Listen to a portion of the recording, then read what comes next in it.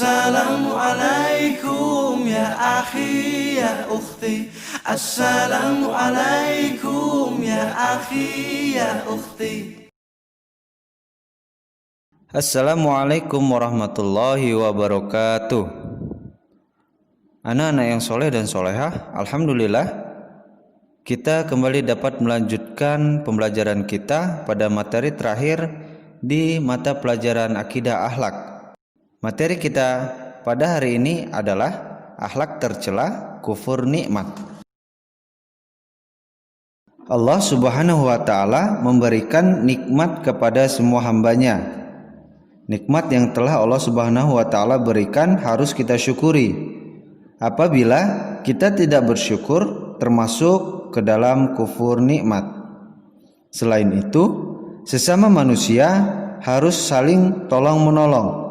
Jika kita memiliki makanan berlebih, maka berikanlah kepada saudara atau tetangga di dekat rumah kita. Janganlah kita memiliki sikap yang pelit atau kikir. Kufur nikmat dan kikir merupakan akhlak tercela. Sifat kikir atau pelit merupakan salah satu sifat tercela yang harus dihindari oleh umat Islam. Orang pelit susah untuk berbagi, apalagi membantu saudaranya. Sifat ini mendorong seseorang untuk menumpuk harta tanpa pernah memperhatikan nasib saudaranya. Dia tidak akan peduli dengan kondisi orang lain. Yang penting dirinya bahagia. Akhlak tercela kikir harus senantiasa kita hindari, karena sifat kikir ini sangatlah berbahaya. Yang termasuk ke dalam bahaya sifat kikir adalah yang pertama, lahirnya kezaliman. Orang cenderung merasa bebas melanggar hak orang lain dalam mencari harta, sehingga mereka mencuri dengan seenaknya. Yang kedua, memutuskan silaturahim. Hal tersebut karena orang kikir tidak peduli dengan kehidupan orang lain dan lebih mementingkan dirinya sendiri. Yang ketiga, melahirkan kejahatan. Kikir membuat seseorang tidak mau patuh pada perintah agama untuk berbagi dengan sesama. Selain itu, sifat kikir juga mempunyai dampak negatif. Antara lain, orang yang kikir akan sulit mendapatkan kebahagiaan.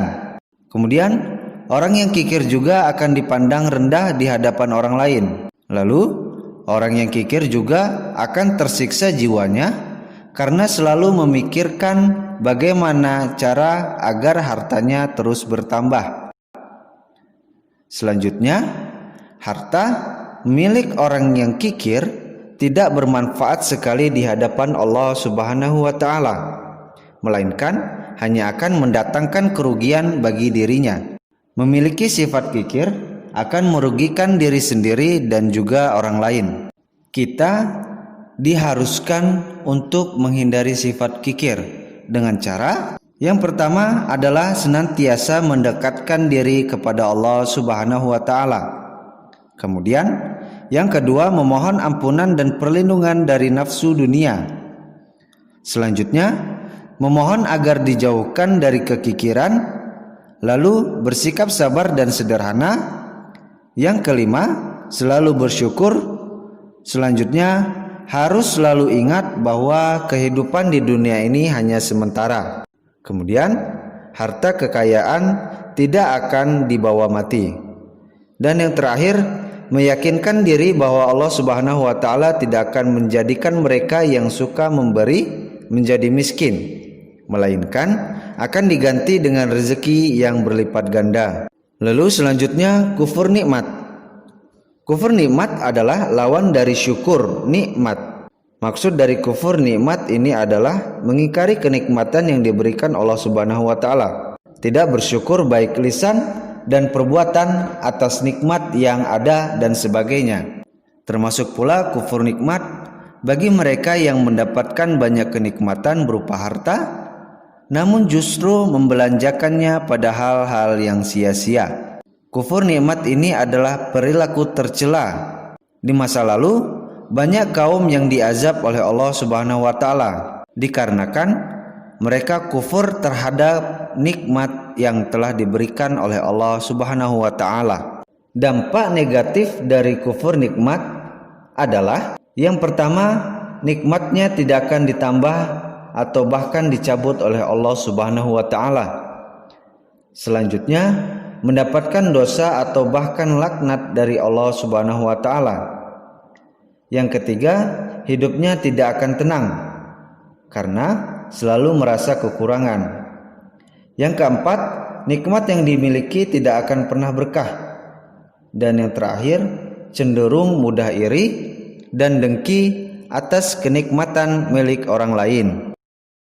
Pernahkah kalian mendengar salah satu kisah dari sahabat Nabi Muhammad SAW? Dikisahkan pada zaman Rasulullah SAW, ada sahabat yang bernama Sa'labah. Ia hidup dalam kemiskinan dan juga kekurangan. Namun Sa'labah terkenal sebagai orang yang taat mengerjakan sholat berjamaah bersama Rasulullah SAW serta sahabat lainnya. Setelah sholat berjamaah di masjid, siang itu Rasulullah SAW menghampiri Sa'labah yang terlihat sangat tergesa-gesa. Kemudian Rasulullah menanyakan mengapa Sa'labah begitu tergesa-gesa sehingga ia tidak berzikir terlebih dahulu. Kemudian Sa'labah menceritakan kepada Rasulullah SAW bahwa ia dan istrinya hanya memiliki sepasang pakaian yang dapat digunakan untuk sholat. Dan ketika itu istri Sa'labah belum melaksanakan sholat, sehingga Sa'labah tergesa-gesa untuk pergi ke rumah agar istrinya dapat melaksanakan sholat. Lalu Sa'labah meminta Nabi untuk mendoakannya agar Allah dapat menghilangkan semua kemiskinan dan memberikan rizki yang banyak kepada Sa'labah. Mendengar itu, kemudian Rasulullah hanya tersenyum sambil berkata bahwasannya Sa'labah harus mensyukuri apa yang ia miliki sekarang. Namun Sa'labah masih tetap ingin menjadi seorang yang kaya raya, sehingga cara satu-satunya adalah dengan memohon doa kepada Rasulullah SAW, karena doa Nabi Muhammad pasti akan didengar oleh Allah Subhanahu wa taala. Lalu keesokan harinya Sa'labah kembali menemui Rasulullah. Setelah ketiga kalinya Sa'labah meminta kepada Nabi Muhammad SAW, akhirnya Rasulullah SAW tidak dapat menolak, dan kemudian beliau mengangkat tangannya ke langit sembari berkata, "Ya Allah, limpahkanlah rizkimu kepada Sa'labah." Setelah itu Rasulullah SAW memberikan kambing betina yang sedang mengandung kepada Sa'labah. Lalu Rasulullah berkata kepada Sa'labah agar ia memelihara kambing tersebut dengan baik. Kemudian Sa'labah membawa kambing tersebut pulang ke rumah. Hari berganti hari, bulan berganti bulan, Sa'labah yang dulu miskin dan serba kekurangan kini telah menjadi orang yang kaya raya dan juga terpandang. Kambing yang dimilikinya sangat banyak. Di setiap lembah dan bukit terdapat kambing-kambing Sa'labah. Hal itu ternyata menjadikan Sa'labah lupa untuk beribadah kepada Allah Subhanahu wa taala. Kemudian Rasulullah bertanya-tanya, mengapa Sa'labah tidak pernah terlihat di dalam masjid?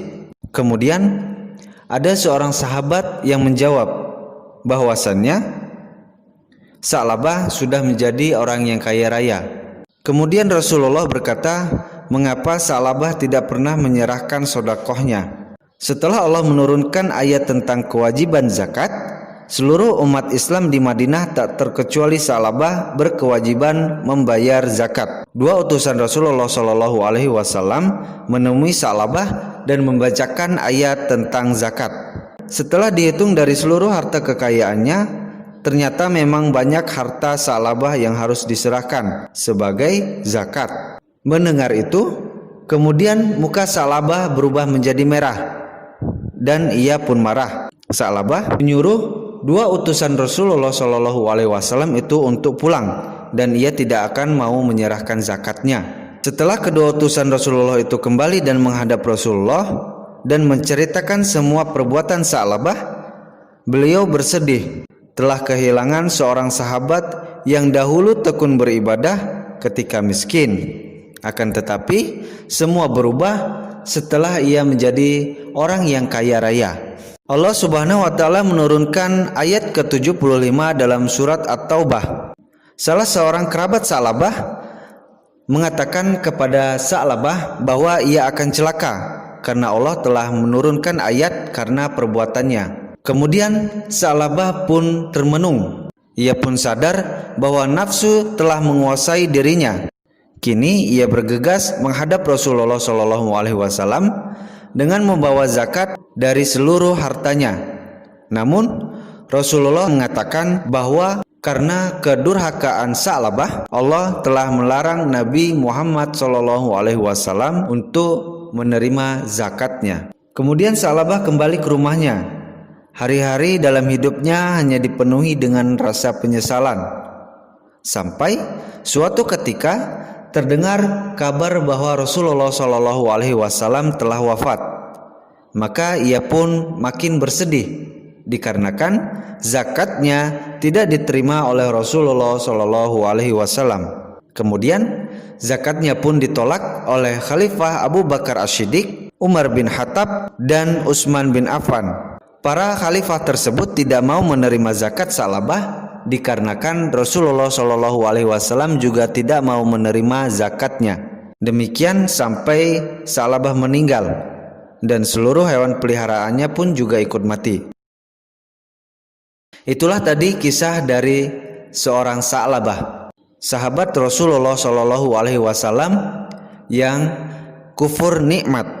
Apa yang dapat kita petik dari kisah Sa'labah tersebut? Hikmah yang dapat kita ambil adalah bagaimana kita harus berupaya untuk menghindari akhlak yang tercela. Salah satunya yaitu kufur atas nikmat yang telah diberikan oleh Allah Subhanahu wa taala. Bagi orang yang kufur nikmat, bukan saja akan rugi di dunia, tetapi kelak di akhirat akan mendapatkan balasan dari Allah Subhanahu wa taala berupa siksaan yang sangat pedih. Demikianlah pembelajaran kita pada hari ini. Semoga apa yang telah kita pelajari pada hari ini dapat menambah pengetahuan kita. Selanjutnya, untuk tugas, silakan kerjakan tugas yang telah disiapkan.